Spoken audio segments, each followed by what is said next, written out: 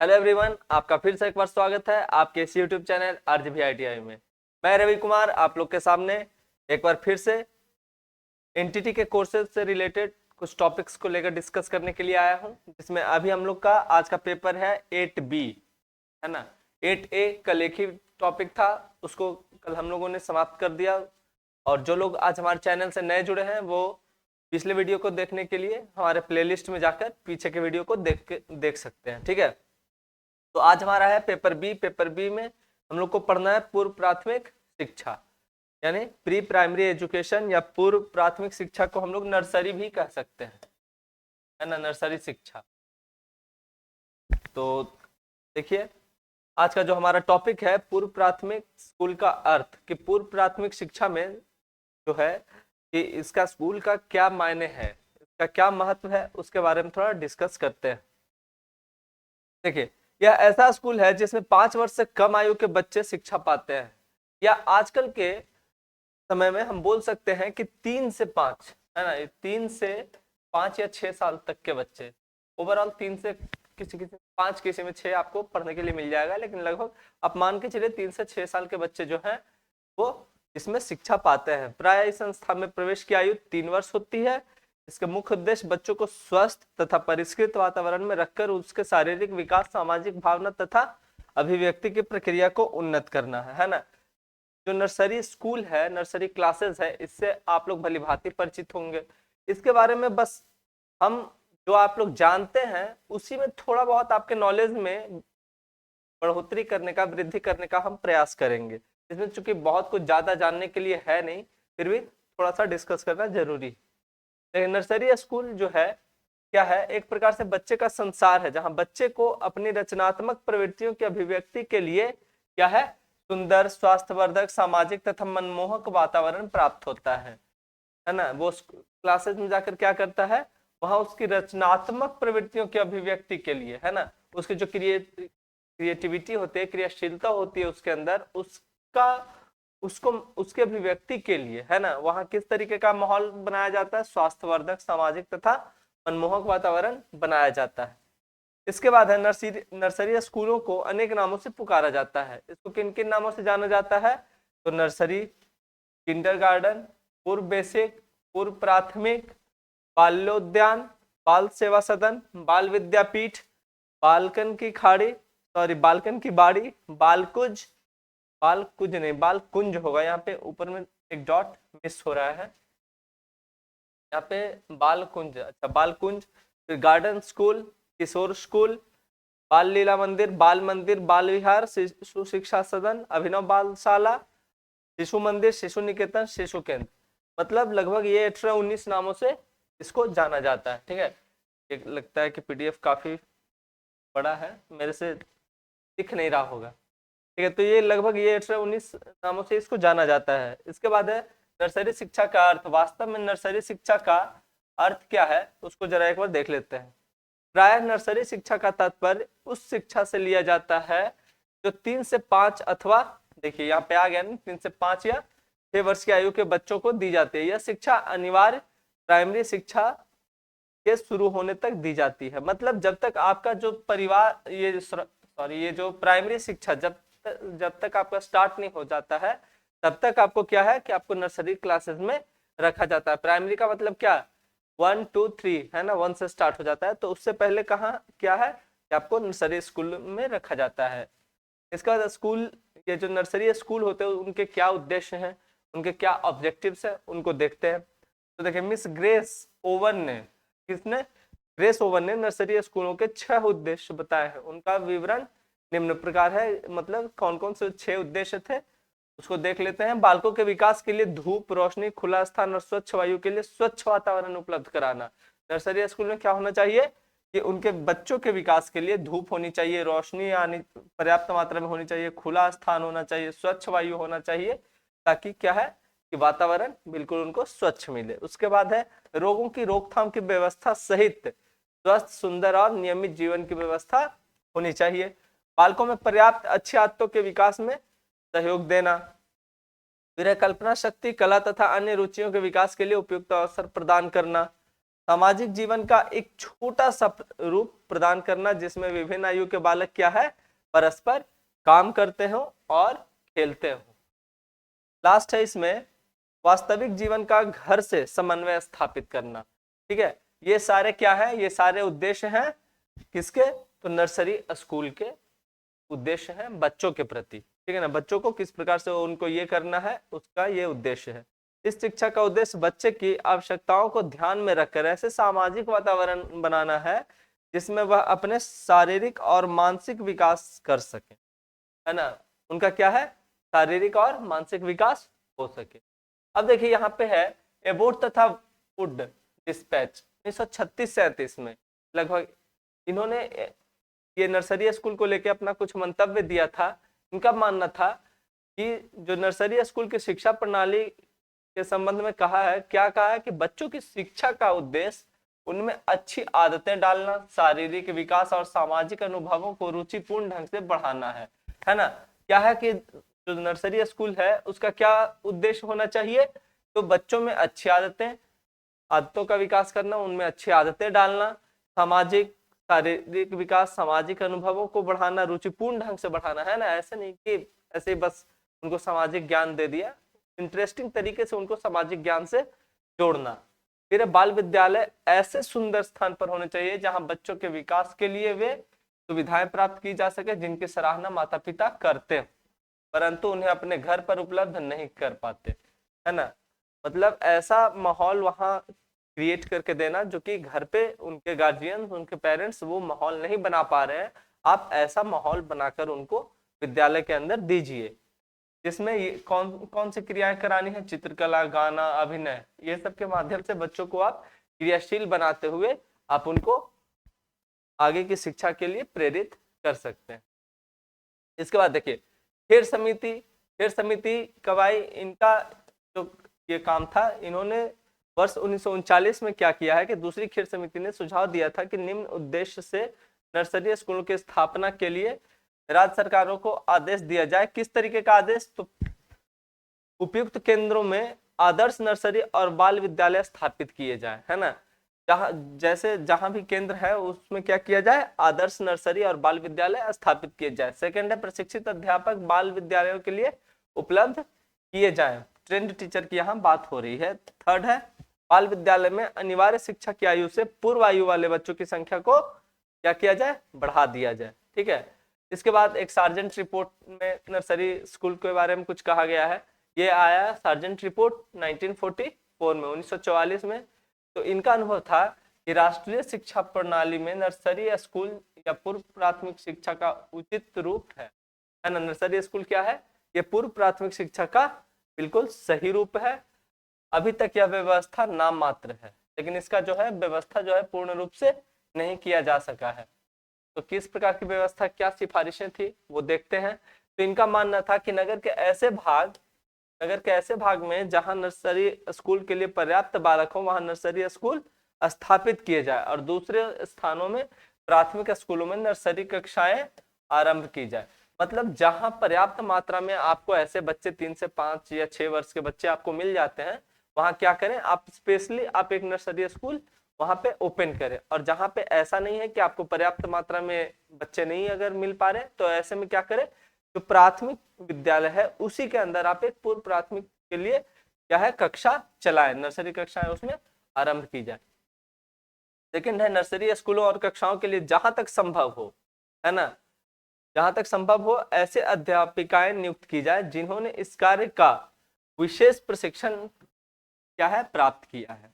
आप कहने का मतलब है कि नर्सरी स्कूल में या नर्सरी के क्लासेस में ऐसे टीचर्स को आप ज्यादा ये दें, वेटेज दें, जो कि इन्होंने नर्सरी की टीचर ट्रेनिंग का कोर्स कर रखा है या किसी प्रकार का विशेष प्रशिक्षण उनको टीचिंग का प्राप्त हो।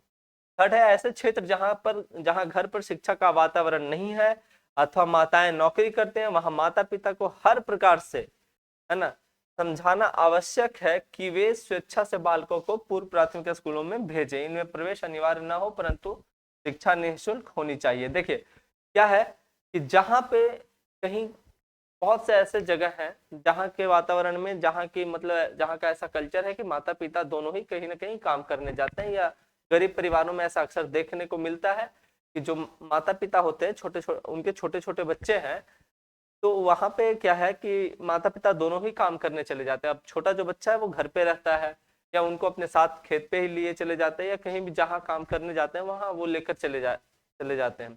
ऐसे कंडीशंस में उनको ये बात जाके समझानी चाहिए कि नहीं, आप जो अपना जो बच्चा है उसको आप अपने साथ न ले जाए या घर में अकेले ना छोड़े। ऐसे स्थिति में आप क्या करें कि जो ये नर्सरी स्कूल है, पूर्व प्राथमिक स्कूल है, उसमें अपने बच्चे को भेज दें। उसके बाद है, इन शिक्षा संस्थानों का उद्देश्य इस काल में विधिवत शिक्षा देने के बजाय क्या है, सामाजिक जानकारियां प्रदान करना। ये जो नर्सरी स्कूल होता है इसमें क्या है, विधिवत उनको पढ़ाई नहीं कराई जाती है ना, उनको शिक्षा देने के बजाय क्या है, इसमें इसमें क्या है, सामाजिक जानकारियों से उनको रूबरू करवाया जाता है ना। उठने बैठने बोलने चलने, बस इतना का ही तरीका उनको सिखाया जाता है। उसके बाद एक और आयोग आया शिक्षा आयोग के अनुसार। ये जो शिक्षा आयोग के अनुसार नर्सरी के बारे में कहना है, ये आयोग 1964-66 में अपना विचार ये प्रस्तुत किया। क्या इनका मानना था कि पूर्व प्राथमिक शिक्षा के उद्देश्य इनके अनुसार इस प्रकार से है, मतलब नीचे लिखे गए हैं कौन कौन सी आदतें हैं इनके अनुसार। स्वस्थ आदतें डालना, बच्चों में क्या है, स्वस्थ आदतों का विकास करना। मतलब क्या है कि जो भी उनकी जरूरत, व्यक्तिगत जरूरत की आवश्यकताएं हैं, उनके अनुकूलन के लिए वो सब आदतें उनमें विकसित करना। अब स्वस्थ आदतों में क्या क्या हो सकता है, तो स्वस्थ आदतें जैसे पोशाक साफ सुथरा पहनना, नहाने धोने की आदतें डालना, खाना सफाई के साथ, और सफाई अपने आसपास बिल्कुल सफाई बना के रखना, ये सारी आदतें। दूसरा क्या है, अनुभूतियों और संवेगों के विकास के लिए मार्गदर्शन। मतलब बच्चे को अपनी अनुभूतियों और संवेगों को अभिव्यक्त करने के लिए समझने, मानने और नियंत्रित करने में मार्गदर्शन देकर संवेगों के मामले में पीढ़ी को विकसित करना। ये क्या है, शिक्षा आयोग के अनुसार पूर्व प्राथमिक जो विद्यालय है उसका ये सब उद्देश्य होना चाहिए। तीसरा है वांछनीय सामाजिक अभिवृत्तियों का विकास, है ना।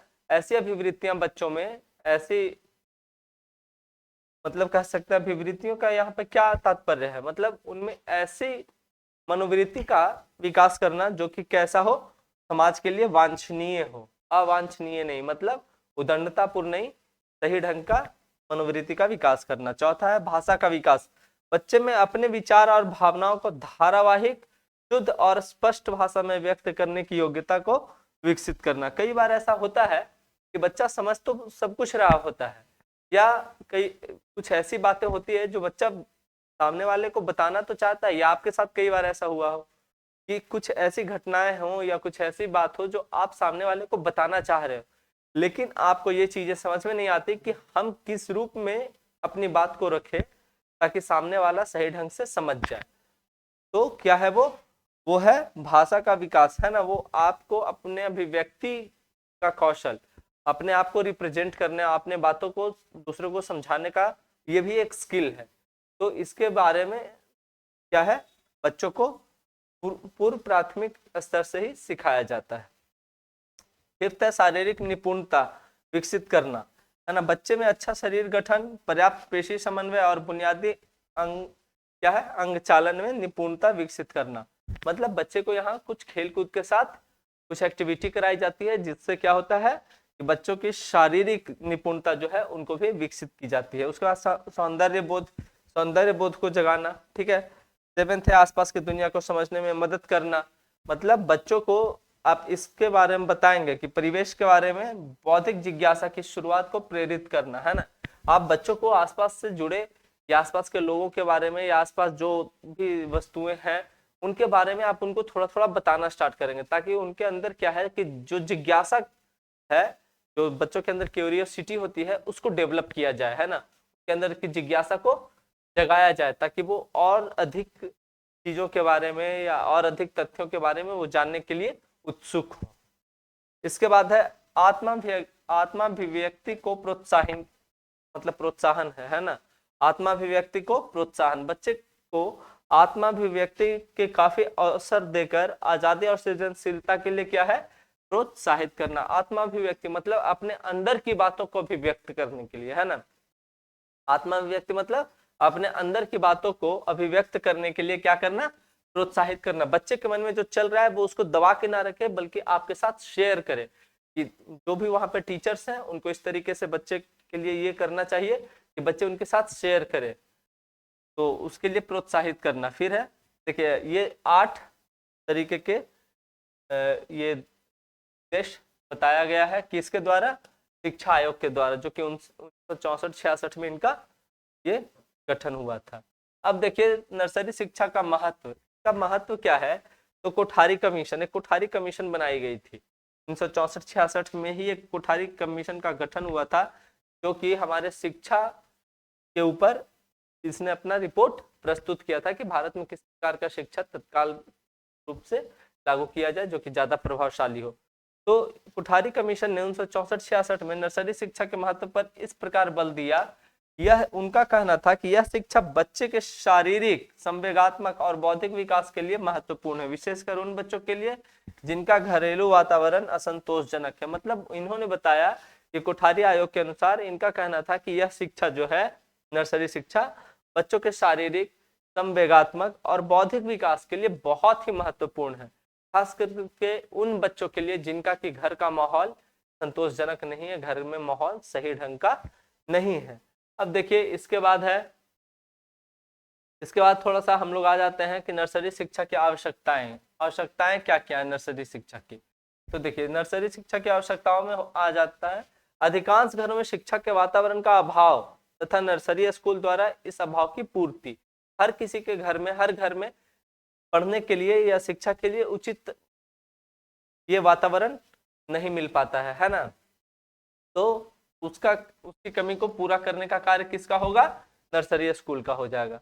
सेकंड है संयुक्त परिवार प्रथा के अभाव की पूर्ति करना है ना, संयुक्त परिवार प्रथा के अभाव की पूर्ति करना। जैसे बच्चा, जब कोई भी जो छोटा बच्चा है, देखिए संयुक्त परिवार का बहुत बड़ा लाभ है।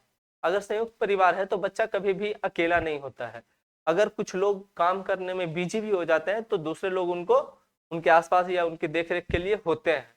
तो संयुक्त परिवार ना रहने से क्या होता है कि बच्चा अकेला अलग थलग कहीं बैठा मिल जाता है। आजकल के तो अक्सर आजकल देखने के लिए मिलता है, आजकल तो न्यूक्लियर फैमिली देखने के लिए मिलती है, माता पिता होते हैं और बच्चा। पिता अगर कहीं काम करने चले गए तो माता अगर घर का कार्य कर रही है तो बच्चे को या तो मोबाइल देकर या टीवी चलाकर छोड़ देती है कि बैठो देखो, है ना। बच्चा ऐसे में क्या है कि बच्चा उस समय मोबाइल और टीवी से उतना जुड़ा हुआ नहीं होता है, तो वो अपने आप को अलग थलग महसूस करता है। लेकिन कुछ समय बाद क्या होता है कि बच्चे को मोबाइल और टीवी की आदत लग जाती है, क्योंकि बाद में उसके लिए फिर वही जो के माँ है, जो पिता है, जो उनको एक समय पे उनको मोबाइल और टीवी का आदत लगवाए, बाद में उसी के लिए उनको पीट दिया करते हैं कि मोबाइल से दूर रहो। अरे भाई उसके पहले सोचिए तो, पीटने से पहले, कि आखिर इसको मोबाइल सबसे पहले पकड़वाया किसने था, आप ही ने तो पकड़वाया ना अपने काम के लिए कि हम इधर काम कर रहे हैं तुम इसमें बिजी रहो। तो ऐसा नहीं होना चाहिए। तो उसकी कमी को भी पूरा करने में क्या है कि ये जो नर्सरी स्कूल है उसकी कमी को पूरा करने का कार्य भी करता है। थर्ड है वर्तमान अर्थव्यवस्था में स्त्रियों का काम पर जाना और बच्चों की देखभाल ना कर सकना। जैसे अगर किसी घर की अगर स्त्री भी अगर काम पे चली गई तो बच्चे की देखभाल कौन करेगा, तो ऐसे में आप उनको नर्सरी स्कूल में भेज सकते हैं। फोर्थ, नर्सरी शिक्षा का प्राथमिक शिक्षा पर अच्छा प्रभाव। देखिए नर्सरी शिक्षा का तो प्राथमिक शिक्षा पर अच्छा प्रभाव मिलेगा ही। अब कोई बच्चा है लाइफ में फर्स्ट टाइम क्लास 1 में आया, पहली बार स्कूल आया और वो क्लास 1 में आया है, उसको ना उठना आएगा, ना ही उसको बैठना आएगा, ना किसी के साथ व्यवहार बर्ताव करना आएगा, ना बात करना आएगा ढंग से, है ना। ऐसे में अगर बच्चा अगर नर्सरी स्कूल से अगर वो शिक्षा प्राप्त करके आया है, नर्सरी स्कूल से होकर अगर आया है, तो क्या है क्लास 1 में आने के बाद वो सही ढंग से बैठेगा, सही ढंग से टीचर से बात कर पाएगा, अपनी बातों को रख पाएगा, तो इसका फायदा मिलता है। फिफ्थ है आरंभ से ही बच्चों को प्रभावी वातावरण प्रदान करना, है ना। नर्सरी स्कूल का तो काम ही है उनके लिए क्या है, इफेक्टिव एनवायरनमेंट का ये करना। फिर नर्सरी शिक्षा के लाभ, इसके बेनिफिट्स क्या क्या है। तो देखिए खुली हवा में शिक्षा प्राप्त करके छात्र क्या है, शारीरिक दृष्टि से लाभ उठाते हैं। सेकेंड है स्वस्थ आदतों का निर्माण यहाँ करवाया जाता है। थर्ड है आनंददायक गतिविधियों, लोक नृत्यों और स्वच्छंद क्रियाकलापों द्वारा बच्चों को क्या है, तीव्र गति से विकास बच्चों का किया जाता है। बालकों को, चौथा है बालकों को उत्साहवर्धक वातावरण प्राप्त होता है। फिर है बालकों को रचनात्मक गतिविधियों में शिक्षा प्राप्त करने का अवसर मिलता है। किस प्रकार की गतिविधियों से? रचनात्मक, है ना, रचनात्मक गतिविधियां, जैसे ड्राइंग करवा लेना, कुछ क्राफ्टिंग करवा लेना, तरह तरह की चीजें बच्चों से छोटी छोटी सी चीजें बनवा लेना, तो ये सब रचनात्मक गतिविधियों में शामिल होता है। फिर है आत्मविश्वास और स्वतंत्रता की आदतों का क्या है? विकास करना। माता पर अनावश्यक निर्भरता से बालक क्या है? मुक्त हो जाता है, क्योंकि वो कुछ समय के लिए, कम से कम 3-4 घंटे 5 घंटे के लिए क्या है, वो नर्सरी स्कूल में चला जाता है। तो इस दौरान क्या है कि बालक, बच्चे की जो माता होती है वो भी थोड़ा फ्रीली अपना कुछ भी कार्य कर सकती है। इसके बाद है बालकों को सहयोग तथा मिलजुल कर रहने का प्रशिक्षण प्राप्त करना होता है यहाँ, मतलब उनको प्रशिक्षण दिया जाता है। फिर है बालक सामाजिक जीवन के आदान प्रदान की आदत को सीखता है यहाँ, है ना। बालक क्या है, नर्सरी स्कूल में अपने जो सामाजिक जीवन में आदान प्रदान करने की जो भी चीजें हैं उसको सीखता है। कुछ चीजें अपने दोस्त से, कुछ टीचर से वो वहां पे सीखता है। लास्ट है इसमें, मनोवैज्ञानिक दृष्टि से बालकों को अपनी रचनात्मक और विध्वंसात्मक आवश्यकताओं की संतुष्टि करने के अवसर प्राप्त होते हैं, है ना। मनोवैज्ञानिक दृष्टि से बच्चा को क्या होता है, यहाँ पे कुछ चीजें बनाने का तो कुछ बिगाड़ने का भी अवसर यहाँ पे फ्रीली उनको मिलता है। तो ये था आज का हमारा टॉपिक, पूर्व प्राथमिक शिक्षा से जुड़ा। क्या है कि पूर्व प्राथमिक शिक्षा में ये जो नर्सरी स्कूल होता है उसका क्या रोल है। तो उम्मीद करते हैं कि आप लोगों को ये चीजें बेहतर समझ में आई होगी, जैसा मैंने प्रयास किया है। तो वीडियो को लाइक, शेयर और सब्सक्राइब करना ना भूलें।